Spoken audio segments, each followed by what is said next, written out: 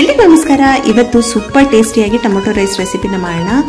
Tomato rice super ಟೇಸ್ಟಿಯಾಗಿ ಬರಲಿಕ್ಕೆ ನಾನು ಇವತ್ತು ಮ್ಯಾಗಿ ಮಸಾಲಾ ಮ್ಯಾಜಿಕ್ನ ಆ್ಯಡ್ ಮಾಡ್ತಾ ಇದ್ದೀನಿ. ಇದರಲ್ಲಿ ಟೇಸ್ಟ್ ಮಾತ್ರ ಅಲ್ಲ, ಅರೋಮನು ಸಕ್ಕತ್ತಾಗಿರುತ್ತೆ. ಮಕ್ಕಳು ಒಂದೇ ಥರ ಬೋರಿಂಗ್ ರೆಸಿಪೀಸ್ ತಿಂದು ಬೇಜಾರಾಗಿದ್ದರೆ ಈ ರೆಸಿಪಿನ ಮಾಡಿ ಕೊಡಿ, ತುಂಬ ಇಷ್ಟಪಟ್ಟು ತಿಂತಾರೆ. ಸೊ ಈ ರೆಸಿಪಿನ ಶುರು ಮಾಡೋಣ. ಸೊ ಟೊಮೆಟೊ ರೈಸ್ನ ಮಾಡಲಿಕ್ಕೆ ನಾನು 3 ಹುಳಿ ಟೊಮೆಟೊನ ತೊಗೊಂಡಿದ್ದೀನಿ. ಇದನ್ನು ಸ್ಲಿಟ್ ಮಾಡ್ಕೋಬೇಕು. ಸ್ಲಿಟ್ ಮಾಡಿಕೊಂಡು ಒಂದು ಅರ್ಧ ಲೀಟ್ರ್ ನೀರಿನಲ್ಲಿ ಬೇಯಕ್ಕೆ ಇಟ್ಕೊತಾ ಇದ್ದೀನಿ. ಒಂದು 5 ನಿಮಿಷ ಬೇಯಿಸ್ಕೊಂಡು ಸಾಕು. ಇದಕ್ಕೆ ಖಾರಕ್ಕೆ ಗುಂಟೂರು ಮೆಣಸಿನ್ಕಾಯಿ ಒಂದು 6ರಿಂದ 8 ಖಾರ ನೋಡಿ ಹಾಕೊಳ್ಳಿ. ನಾನೊಂದು 6 ಹಾಕೊಂಡಿದ್ದೀನಿ, 6 ಅಥವಾ 7 ಹಾಕೊಂಡಿದ್ದೀನಿ. ಖಾರ ನೋಡಿ ನೀವು ಹಾಕೊಳ್ಳಿ. ಇದನ್ನ ಒಂದು 5 ನಿಮಿಷ ಬೇಯಿಸ್ಕೋಬೇಕು. ಸಿಪ್ಪೆ ಎಲ್ಲ ಸುಲಿಯೋ ರೀತಿ, ಮೆಣಸಿನ್ಕಾಯಿ ಎಲ್ಲ ಬೇಯೋ ರೀತಿ ಬೇಯಿಸ್ಕೊಂಡು ಈ ಥರ ಇದ್ರ ಮೇಲೆ ಸ್ಕಿನ್ ಇರುತ್ತಲ್ಲ ಇದನ್ನ ತೆಗೆದುಬಿಟ್ಟು ರುಬ್ಕೋಬೇಕು ಮಿಕ್ಸಿನಲ್ಲಿ. ಇಷ್ಟನ್ನೇ ರುಬ್ಕೊಳ್ಳಿ. 3 ಟೊಮೆಟೊ ಮತ್ತು ಒಣಮೆಣಸಿನ್ಕಾಯಿ ನೀರು ಸಮೇತ ರುಬ್ಬಿ ಎತ್ತಿಟ್ಕೊಳ್ಳಿ.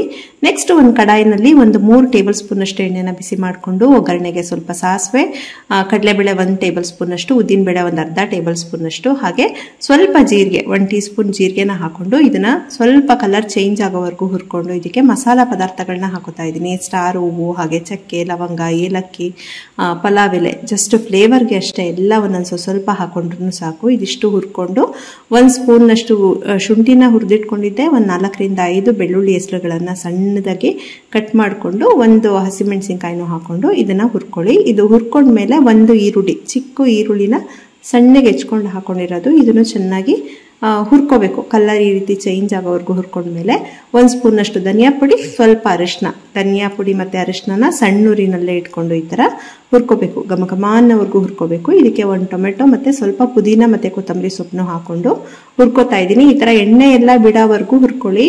ಈ ಥರ ಎಣ್ಣೆ ಬಿಟ್ಟ ಮೇಲೆ ಇದಕ್ಕೆ ನಾವು ರುಬ್ಕೊಂಡಿದ್ವಲ್ಲ ಟೊಮೆಟೊ ಮತ್ತು ಒಣಮೆಣಸಿನ್ಕಾಯಿ ಪೇಸ್ಟು ನೀರು ಸಮೇತ ರುಬ್ಕೋಬೇಕು. ಇದನ್ನಿಷ್ಟನ್ನು ಹಾಕೋತಾ ಇದ್ದೀನಿ. ಇದನ್ನು ಹಾಕೊಂಡು ಚೆನ್ನಾಗಿ ಮಿಕ್ಸ್ ಮಾಡಿ ಕುದಿಯಕ್ಕೆ ಬಿಡಿ. ಒಂದು ಲಿಡ್ನ ಕ್ಲೋಸ್ ಮಾಡಿ ಒಂದು 4-5 ನಿಮಿಷ ಕುದಿಸ್ಕೋಬೇಕು. ನೋಡಿ ಈ ಥರ ಎಣ್ಣೆ ಎಲ್ಲ ಬಿಡಬೇಕು ಸುತ್ತ, ಅಲ್ಲಿವರೆಗೂ ಕುದಿಸ್ಕೊಂಡು ಇದಕ್ಕೆ ರುಚಿಗೆ ತಕ್ಕಷ್ಟು ಉಪ್ಪನ್ನ ಸೇರಿಸ್ಕೊಳ್ಳಿ. ಫಸ್ಟ್ ಖಾರ ಎಲ್ಲ ಮಗ್ಗತ್ತೆ, ಅದಾದಮೇಲೆ ರುಚಿಗೆ ಉಪ್ಪನ್ನ ಸೇರಿಸ್ಕೊಂಡು ಇದನ್ನು ಅಷ್ಟೇ ಮತ್ತೆ ಒಂದು ಲಿಡ್ನ ಕ್ಲೋಸ್ ಮಾಡಿ ಒಂದು 2 ನಿಮಿಷ ಕುದಿಸ್ಕೊಳ್ಳಿ. ಮಸಾಲೆ ಎಲ್ಲ ಕುದಿಬೇಕು ಚೆನ್ನಾಗಿ. ಎಣ್ಣೆ ಬಿಡ್ತು ಅಂತ ಅಂದರೆ ಹದವಾಗಿ ಬೆಂದಿದೆ ಅಂತ ಈ ರೀತಿ ಲಿಡ್ನ ಕ್ಲೋಸ್ ಮಾಡಿ ಒಂದು 2 ನಿಮಿಷ ಈ ಥರ ಬೇಯಿಸಿದ್ರೆ ನೋಡಿ ಎಣ್ಣೆ ಎಲ್ಲ ಚೆನ್ನಾಗಿ ಬಿಟ್ಟಿದೆ, ಕಲರು ಚೇಂಜ್ ಆಗಿದೆ. ಮೆಣಸಿನ್ಕಾಯಿ ಎಲ್ಲ ರುಬ್ಬ ಹಾಕಿರ್ತೀವಲ್ಲ ಅದ್ರದ್ದು ನೋಡಿ ಕಲರ್ ಎಷ್ಟು ಚೆನ್ನಾಗಿ ಚೇಂಜ್ ಆಗಿದೆ. ಇವಾಗ ಇದನ್ನ ನೀವು ಒಂದು 2 ಟೇಬಲ್ ಸ್ಪೂನ್ ಅಷ್ಟು ಎತ್ತಿಟ್ಕೊಳ್ಳಿ. ಇಷ್ಟು ಬೇಕಾಗಲ್ಲ. 1 ಕಪ್ ಆಫ್ ರೈಸ್ಗೆ ನಾನು 1 ಕಪ್ ಅಕ್ಕಿನ ಬೇಯಿಸಿಟ್ಕೊಂಡಿದ್ದೀನಿ. 3 ಕಪ್ ಆಗಿರುತ್ತೆ ಬೆಂದ ಮೇಲೆ. ನೋಡ್ಕೊಂಡು ಬೇಕಾದ್ರೆ ಎಷ್ಟು ಬೇಕಷ್ಟು ಗೊಜ್ಜು ಹಾಕೊಂಡು ಕಲಿಸ್ಕೋಬಹುದು. ಅದನ್ನ ಫ್ರಿಡ್ಜ್ನಲ್ಲಿ ಇಟ್ಕೊಂಡು ಯಾವಾಗನ ಬಳಸ್ಕೋಬಹುದು ನೀವು.